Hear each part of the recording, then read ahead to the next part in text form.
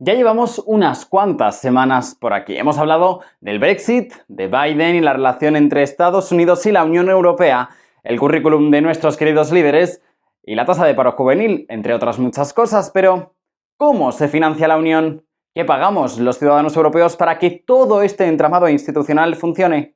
¿Cuánto aporta cada país? A todo esto y mucho más respondemos en el vídeo de hoy. Como siempre, soy Vicent Bañuls, periodista, politólogo, y esto es Transeúntes, donde hablamos de la Unión con lenguaje de calle.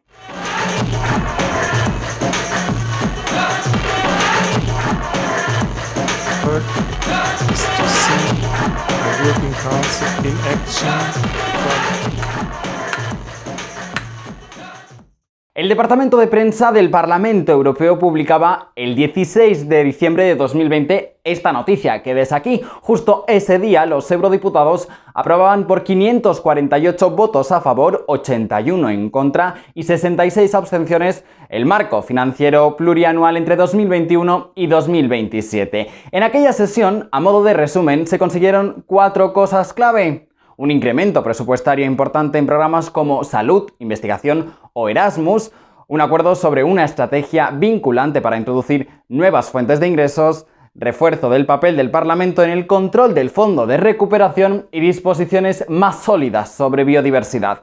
Vale, pero ¿de cuánto dinero estamos hablando? Primer alto en el camino, presta atención a lo que te cuento en este Datos Transeúntes de hoy. Para este periodo mencionado hace un momento, entre 2021 y 2027, la Unión, de acuerdo a su reglamento, manejará un total de 1,0743 billones de euros a precios de 2018, un presupuesto nunca visto en la historia de la Unión. Si lo descomponemos, este total se quedará dividido de la siguiente manera. Mercado único, innovación y sector digital contará con 132.800 millones de euros de presupuesto.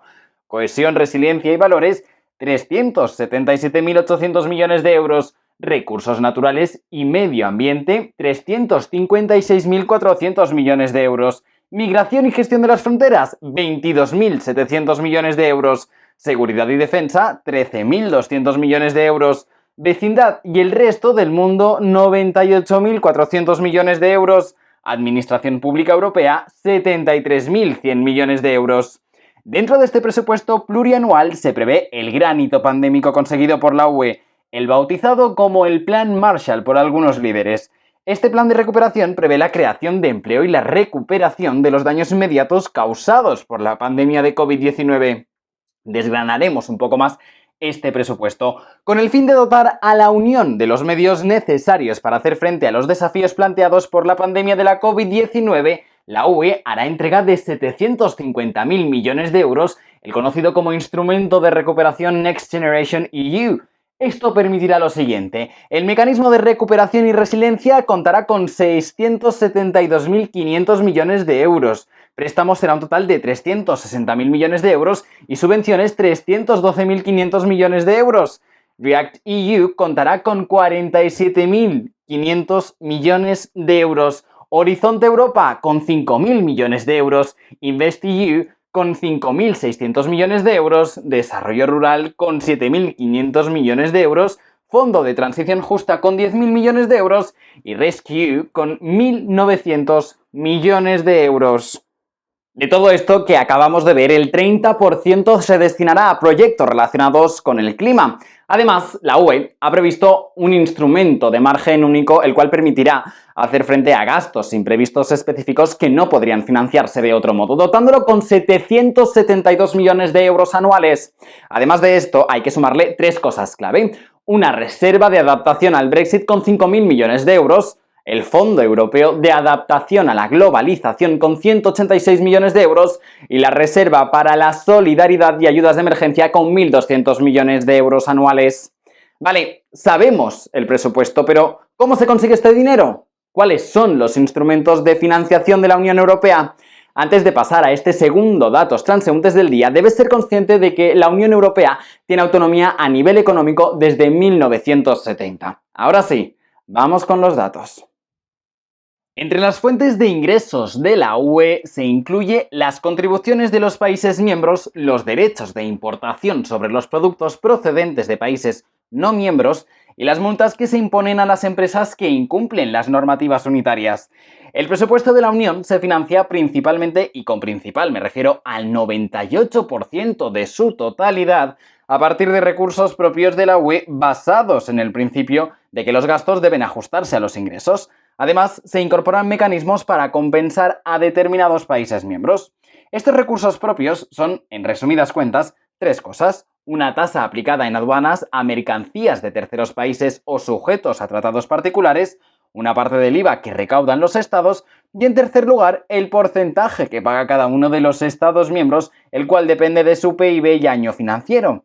Si nos remontamos a 2019, los últimos datos publicados por la Unión Europea, en el caso de España, esta tuvo que pagar un 13% más a las arcas europeas por la salida de Reino Unido, aportando un total de 13.615 millones de euros. Repito, sin tener los datos actualizados de este 2020, en 2019 España dio a los ciudadanos europeos 1.176 millones más de los que recibió. Aunque no te alteres, en 2016 y 2017 ganamos 298 millones de euros de Bruselas. Para que la Unión, nuestra querida Unión, pueda seguir funcionando, de media los ciudadanos europeos hacemos una aportación anual de 187 euros, de los cuales 3,10 euros se destinan a que funcione el Parlamento Europeo. Todo esto en base a los datos facilitados por los eurodiputados en abril de 2019. Y para terminar hablaremos de un mito. Bueno, un mito o realidad, depende de cómo lo quieras ver. Los funcionarios de la UE. A ver, visto desde fuera, la idea es fascinante. Un puesto fijo, muy buenos sueldos en comparación con muchos países unitarios y unas condiciones de vida más o menos estables. Pero no, tampoco son tantos en realidad. Aproximadamente la UE emplea a 60.000 funcionarios y dirás, ¡madre mía! Pero si lo comparas con los propios países, no es tanto. Por ejemplo, Viena Capital cuenta con 65.000 funcionarios. El Ministerio de Finanzas francés tiene 140.000 funcionarios trabajando para él. Pero si quieres saber más de funcionarios, déjamelo saber en los comentarios y próximamente investigamos un poco más sobre ellos. Volvemos a los gastos, ingresos y presupuestos. Los funcionarios, en cuanto a sus nóminas se refiere, supone un porcentaje que no llega ni al 10% del total del presupuesto. El vídeo podría dar para mucho más, pero tengo que reconocer que el tema de hoy era un poco denso. Próximamente profundizaremos en partidas concretas, desmontaré mitos y nos enfrentaremos a realidades, ya sabes, el día a día de la Unión Europea. Como siempre, puedes dejarme cualquier duda o pregunta en los comentarios. Nos vemos en el vídeo de la semana que viene.